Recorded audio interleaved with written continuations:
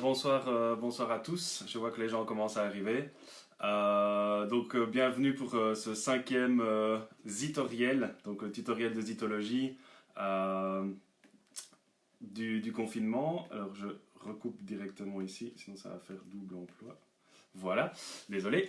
Donc bienvenue pour le cinquième zitoriel du confinement. Comme je dis à chaque fois, j'espère qu'il n'y en aura pas une petite centaine. Espérons que ça passe vite. Salut Denis. Bonjour à tous ceux qui nous rejoignent. Donc aujourd'hui, je vais vous parler des bières, enfin d'un style américain. J'avais mis 3 styles comme tous les jours avant le zitoriel. 3 styles vous sont proposés. C'est vous qui choisissez le style pour lequel je vais parler pendant une petite dizaine de minutes. Ça a été assez serré, donc il y avait les American Pale Ale qui n'ont pas eu vraiment beaucoup de succès, les American IPA, à 2 voix près on parlait d'American IPA, mais ce sera pour plus tard. Et le style qui a été sélectionné aujourd'hui, c'est l'American Golden Ale, qui est appelé aussi l'American Blonde Ale. Donc les deux noms sont possibles pour cette bière. Alors, c'est une bière un peu particulière dans le sens où par rapport aux autres bières qu'on a vues jusqu'à présent dans les zitoriels précédents, c'est une bière qui n'a pas énormément d'histoire. Donc, c'est pas une bière historique comme on a pu voir dans les zitoriels précédents, comme je viens de le dire. Mais c'est quand même une bière qui est assez intéressante et on va le voir pourquoi. Et comme il y a un petit peu moins d'histoire que pour les autres bières que je vous avais proposées, j'ai pris le pli de vous expliquer un petit peu l'histoire brassicole des États-Unis de son début à aujourd'hui. Donc on va monter directement, enfin plutôt descendre directement au XVIIe et XVIIIe siècle où la production de bière a commencé aux États-Unis. Et il faut savoir que la production a commencé sur la côte Est, ce qui est un petit peu évident puisque les colons, enfin les personnes qui sont arrivées, on parle plus vraiment de colons, mais qui sont arrivées pour commencer à habiter sur la côte des États-Unis, venaient d'Europe. Donc c'est la côte Est qui a été la première habitée. Et donc ces colonies ont commencé à brasser aux alentours du XVIIe, XVIIIe siècle. Après, on voit qu'il y a déjà un petit mouvement de population qui remonte un petit peu. Et donc on voit les brasseries qui commencent à se développer au XIXe siècle sur New York, Boston, Philadelphie et un petit peu dans les régions avoisinantes. Et vers 1830, donc on a toujours le mouvement qui continue. On arrive dans la vallée de l'Ohio, on arrive dans les régions des Grands Lacs, dans les vallées du Mississippi, au Texas déjà. Et c'est seulement à partir de 1860 qu'on va commencer à avoir des brasseries sur la côte ouest américaine qui aura un petit peu plus d'importance dans le milieu craft par la suite. Donc on est en 1860, là on est sur San Francisco et un peu plus dans le nord. Et après quand on arrive au XXe siècle, de 1900 à 1970, c'est assez fluctuant. On a quand même pas mal de brasseries, hein, mais ça commence à diminuer et il y a eu un grand blocage, on s'imagine bien, en 1917 puisqu'il y a eu la prohibition. Et donc là, on commence à avoir des brasseries qui sont de moins, plus productives bien sûr. Et une fois que la prohibition est levée, les États-Unis décident de donner des licences aux brasseries existantes et ne permettent pas à d'autres brasseries de voir le jour. Et donc on a vraiment un déclin du monde brassicole, on n'a plus vraiment que des lagers, donc les bières à basse fermentation ultra rafraîchissantes, et même des lagers light qui nous viennent des États-Unis, qui sont brassés. Et c'est en 1978 que le président Carter fait un petit état de lieu des brasseries. Il y a beaucoup de mouvements aussi dans les rues pour promouvoir la bière, parce qu'il ne reste plus qu'aux États-Unis que 42 brasseries. Donc on s'imagine le nombre d'habitants, 42 brasseries, pour un petit pays pour nous, pour la Belgique, c'est déjà très très peu. Donc on s'imagine bien pour les États-Unis. Et donc Carter décide de voter une loi pour permettre aux gens, dans un premier temps, de brasser à domicile. Donc je répète, on est en 1978, de pouvoir brasser chez soi pour sa consommation personnelle, et ensuite étendre ça aux craft breweries, donc les brasseries artisanales. C'est pour ça qu'en fait les brasseries artisanales américaines sont souvent des années 80, des années 90, puisque avant 1978, elles ne pouvaient pas voir le jour. Donc 1978, on a ce homebrewing et ce nombre de brewpubs, de craft breweries qui commence à se développer. Et dans les années 80 à 90, on a vraiment un boom, ça commence à monter, on a de plus en plus de brasseries, et en 2012, on a déjà 2750 brasseries. Donc il faut s'imaginer quand même que c'est énorme, on part de 42 en 78. Et on a vraiment ce mouvement qui commence sur la côte ouest à la base, donc c'est un petit peu à l'inverse par rapport à l'histoire de ce que j'ai expliqué au début, et ça va s'étendre un petit peu plus tard dans les villes de la côte est. Donc à partir de 2005, il faut savoir que on a eu 2015 pardon, on a atteint les 4144 brasseries, ce qui fait qu'en fait on a dépassé le nombre de brasseries qui étaient existantes en 1873. Bon, c'est des chiffres, mais voilà, c'est l'histoire qui parle, et c'est assez symbolique en sachant qu'on a en 2015 plus ou moins le même nombre de brasseries, mais pour 10 fois plus d'habitants. Donc maintenant, on a encore de plus en plus de brasseries aux États-Unis, et on doit ça donc à Jimmy Carter. Pour parler maintenant de l'histoire des Golden Ale ou des Blonde Ale, donc comme je l'ai dit, les deux noms existent. Ben, en fait, dans ces années 70, les brasseries, on va même parler des années 80, les microbrasseries commencent à ouvrir et on brasse des ales, donc des bières à haute fermentation. Et comme je l'ai expliqué, le marché qui est vraiment énorme aux États-Unis, c'est le marché des lagers. Mais il faut savoir que pour un microbrasseur, mais brasser une lager, c'est déjà difficile de 1 parce que l'eau doit contenir très très peu de minéraux et donc c'est pas toujours le cas. Donc on est déjà un petit peu limité par rapport à cela.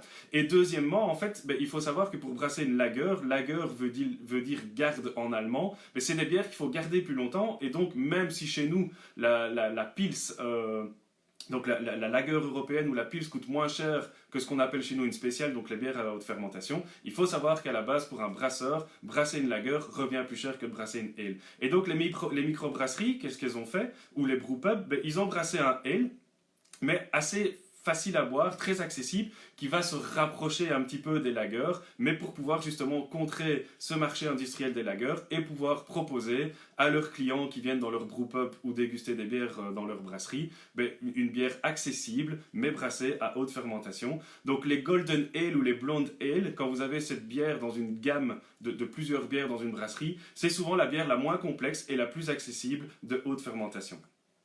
Alors, les Golden Ale et les Blonde Ale américaines font partie de la famille des Pale Ale américains. Donc, dans les Pale Ale américains, vous allez retrouver les Wheat Ale ou Wheat Beer. Donc, ce sont l'équivalent de nos blanches américaines, donc des bières à base de froment. Vous avez l'American Pale Ale qu'on verra certainement plus tard. Et vous avez aussi l'American Amber Ale qui fait partie de cette catégorie. Pardon. Donc, la Golden Ale, de manière générale, comme je l'ai dit, c'est une bière facile à boire, mais qui va porter sur le malt. Elle va porter sur le malt, mais quand même avec des notes intéressantes de fruits qui viennent du houblon ou qui viennent des levures. Et on peut aussi brasser la Golden Ale, pas 100% malt d'orge, mais on peut aussi éventuellement mettre d'autres céréales. Et donc on peut avoir d'autres notes de céréales qui vont être possibles. Mais c'est une bière qui se veut vraiment équilibrée et neutre, donc encore une fois, très rafraîchissante, très facile à boire. Au niveau de l'apparence, Golden Ale, je pense que ça parle, ou Blonde Ale, ça parle de lui-même, le nom. Donc c'est une bière blonde, c'est une bière dorée, qui va être translucide, limpide. Donc on est vraiment dans la même catégorie visuelle qu'une Pils ou qu'une Lager, avec une mousse blanche de faible à moyenne, on reste dans cette catégorie-là. Alors au niveau des arômes, comme je l'ai dit, on va avoir les arômes maltais, on peut avoir des arômes sucrés. Pourquoi? Parce qu'on peut utiliser du malt caramel dedans, en très très faible quantité, mais donc ça va quand même ajouter des notes un petit peu de caramel et de pain. On va avoir, comme je l'ai dit, ces notes fruitées au nez, et qui viennent en fait peut-être des houblons, on va le voir par la suite, mais ça peut venir aussi des levures. Donc il faut savoir que la bière vient des années 70, mais le Golden Ale en soi est brassé depuis plus de 4 siècles aux États-Unis, c'est juste le nom qui est arrivé à un moment donné. Pourquoi? Parce qu'on a vraiment cette culture du brasseur, donc c'est-à-dire que un brasseur pouvait utiliser, et on peut encore le faire, des levures anglaises ou des levures allemandes comme on utilise pour le Kölsch, parce que c'est sa culture à lui, il venait de là à la base, et donc il a continué à brasser comme cela. Donc ce sont des notes qui peuvent être là, ou pas, si on utilise plus des levures américaines, mais qui peuvent être présentes. Alors au niveau des houblons, en fait, il n'y a pas vraiment de normes, donc on peut vraiment utiliser tous les houblons qu'on veut. Majoritairement, ce sera bien sûr des houblons américains, puisque c'est une bière américaine, mais on peut vraiment se laisser aller et utiliser vraiment des houblons d'un peu partout, ce qui va donc accentuer les notes. On pourra avoir des notes d'agrumes, on pourra avoir des notes florales, on pourra avoir des notes de fruits tropicaux, on peut avoir des notes épicées. Donc le houblon, on peut vraiment l'utiliser comme on le veut pour les Golden et les Blonde Ale. Au niveau du corps, ben, ça sera moyennement faible, hein, donc c'est quand même quelque chose à boire. On aura une carbonatation moyenne à élevée, comme on peut retrouver dans une lager, mais c'est une bière qui sera douce, donc légèrement sucrée, mais sans être très lourde. Donc on n'est pas dans un type de blonde belge qui est quand même assez sucré, avec un corps quand même assez présent en bouche. On est vraiment sur quelque chose de sucré, mais très facile à boire. Alors au niveau des saveurs, par contre, donc une fois qu'on va déguster cette bière, on aura toujours cet aspect sucré, maltais, on aura encore ces esters fruités si on a utilisé plus des levures de type Kölsch, de type allemande. Et on va avoir ces saveurs de houblon qui seront présentes. On va avoir ces saveurs de houblon, donc c'est-à-dire qu'on va avoir les notes fruitées au floral du houblon, mais pas d'amertume. Donc on aura une amertume plus ou moins comme une pils, donc on n'est pas vraiment comme dans un pale ale ou dans une IPA, c'est ça qui va faire la différence, pardon. Donc c'est très accessible, on va avoir des notes houblonnées, mais pas vraiment d'amertume. Et en fin de bouche, on aura quelque chose d'assez sec, donc on aura vraiment cette note rafraîchissante. On peut encore avoir une petite note de caramel qui est présente si on a utilisé du malt caramel, et on aura vraiment une impression d'une bière désaltérante qu'on a envie de boire en terrasse ou ce week-end par exemple, puisqu'ils annoncent 20 degrés dimanche. Alors pour les puristes, l'American Gondel Ale sera au niveau de l'amertume entre 15 et 28 IBU. Donc, c'est-à-dire qu'une blanche, comme je le dis souvent, donc la blanche c'est 16, la Pils on est à 25, donc là on est entre 15 et 28. Donc c'est pas vraiment le but recherché. Souvent on sera même en deçà de 25 parce que le but c'est d'avoir une bière très accessible. On sera entre 6 et 12 EBC, donc on est vraiment dans une bière dorée. Et au niveau de l'alcool, on va être entre 3,8 et 5,5. Donc très faible, très rafraîchissant. On est vraiment sur le but voulu. Alors au niveau, j'en avais pas encore parlé jusque maintenant, mais je trouve que ça peut être intéressant si vous avez des Golden Ale ou des Blonde Ale à la maison. Au niveau du food pairing, ben, ça pourra accompagner très bien un plat de poisson, de volaille, une salade verte ou une petite salade de pâtes froides assez légère. On reste vraiment dans quelque chose de discret et léger. Alors aujourd'hui, la bière que j'ai décidé de vous faire découvrir, redécouvrir et que moi je vais déguster, c'est la Big Wave. Donc on est vraiment sur un Golden Ale. Donc la Big Wave, on voit un petit peu sur l'étiquette voilà, ce décor hawaïen. Donc en fait c'est une bière de la Kano Brewing Company. Donc c'est une bière brassée à Hawaï.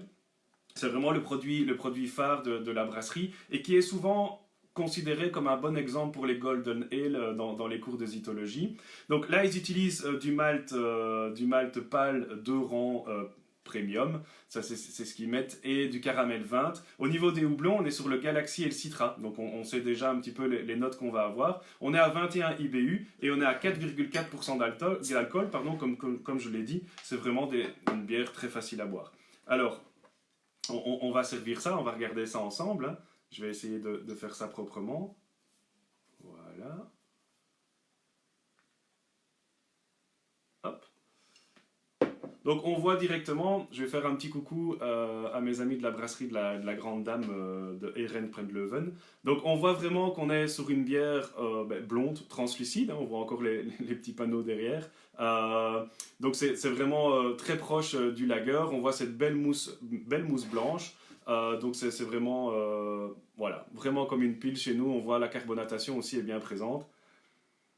Alors au niveau du nez, on sent directement qu'on est sur quelque chose de maltais, on a ces notes de pain blanc, même de pâte à pain qui est là. On a des notes un petit peu sucrées, mais c'est assez léger, mais on sent vraiment les houblons américains qui sont là. Donc on a vraiment des notes d'agrumes, voire même un petit peu résineuses qui sont présentes au nez. La partie la plus agréable du zytologue, entre autres. Voilà. C'est très rafraîchissant. Celle-ci, je l'avais vraiment bien mis au frigo avant pour vraiment garder l'aspect recherché, même si c'est un petit peu atténué les saveurs. Mais c'est hyper rafraîchissant, hyper doux. Effectivement, hein, donc comme je dis, c'est doux, donc on a cet aspect sucré, mais qui est bien contrebalancé ici par une amertume, enfin plutôt un caractère houblonné, très, très agrume. On a un petit peu de note florale aussi. Voilà, c'est hyper rafraîchissant, c'est très bien fait. Donc pour ceux qui veulent découvrir ceci, je répète, donc c'est la Big Wave Golden Ale de chez Kona Brewing Company, donc de Hawaï. Voilà, donc c'était aujourd'hui votre choix de voir la Golden Ale.